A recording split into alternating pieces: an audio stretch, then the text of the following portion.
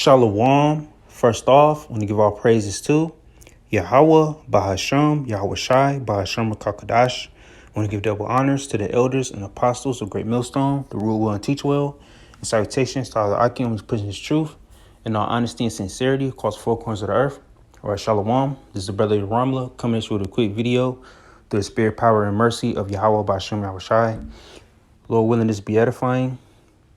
So, I was looking at, Deacon Hakah's video of his breakdown of Revelation chapter 12. He kind of didn't get the full meat off the bone, basically break it down as thorough as it could be. You can call this a little nitpick or however it may be. But when it speaks about, the dragon with the 7 heads and the 10 horns, he didn't really fully go into it.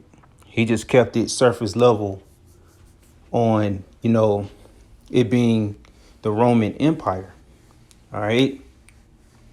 It didn't go into what the 7 heads and what the 10 horns are. Later on, it became to form NATO and the EU.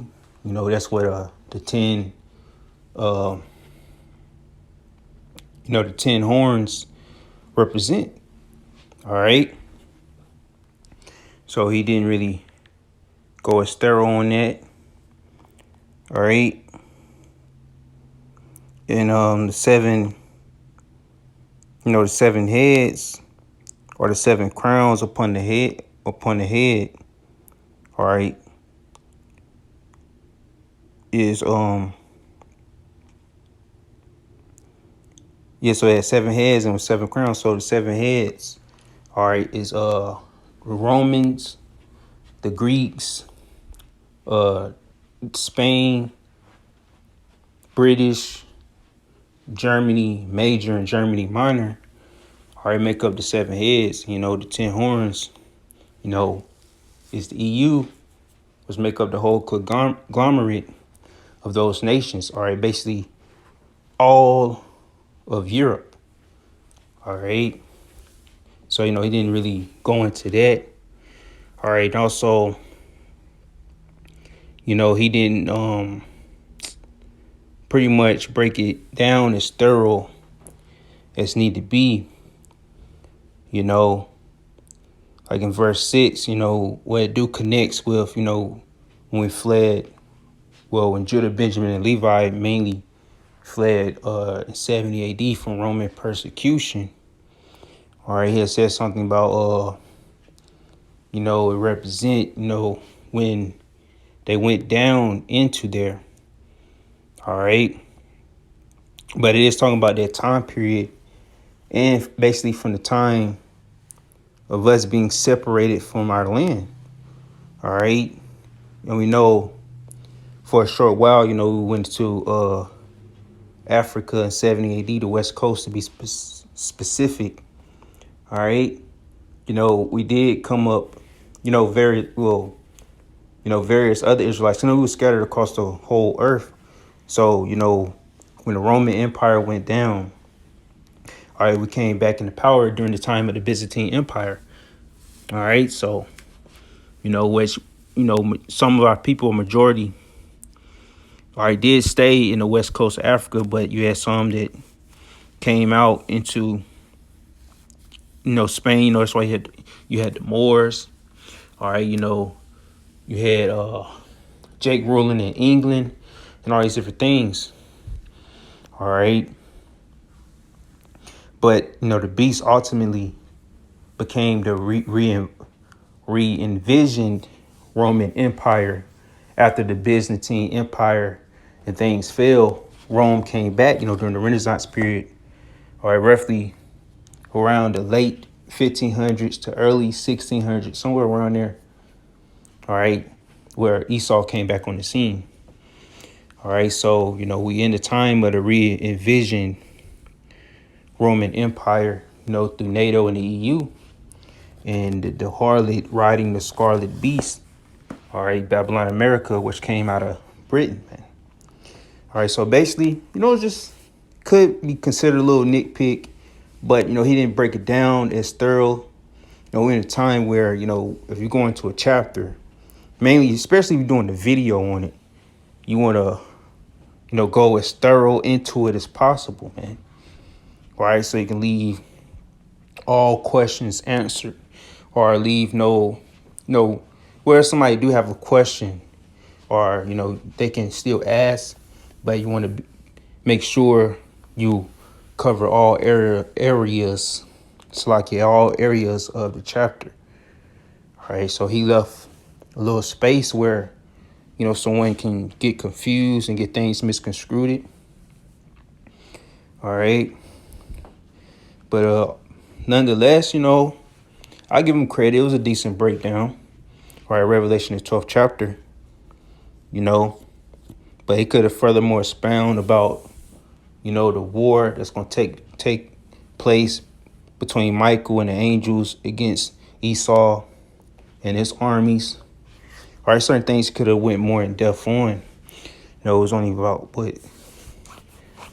considering after all the ads and the promotion at the end, for the lack thereof, or the case may be, the video was ultimately possibly 12, 13 minutes long. All right, possibly I'll go, about 15, 14. All right. So, possibly, a bit rushed. All right. But he learned under great millstone. So that's how he understand majority of the chapter. All right. But he didn't go completely off and butchered the chapter. He didn't go completely, off the rails with it. All right. He pretty much kept it within context, but he could have went a little more, expounded a little more. All right. But that's just my review of his breakdown. All right. As you see by the title, he probably mainly wanted to go into the war in heaven, but he didn't fully really break it down. All right. If you wanted to go in depth on it, all right, he remained, a little surface level a bit. All right. And also, he said with the different levels of heaven, he said, the war going to be fought in the fourth dimension. What you believe. No,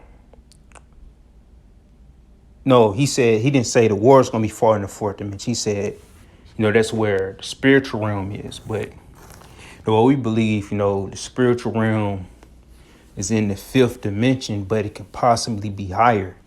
We believe the fourth dimension could be, where we sleep. All right. We don't believe the fourth dimension is directly to the spiritual realm. All right. Possibly be, where our mind falter to when we sleep. All right. But yeah, man, don't want to, harp too much on it, but just my review on its breakdown. All right, it made me ultimately want to go back through it and, brush up on it and brush up on certain chapters.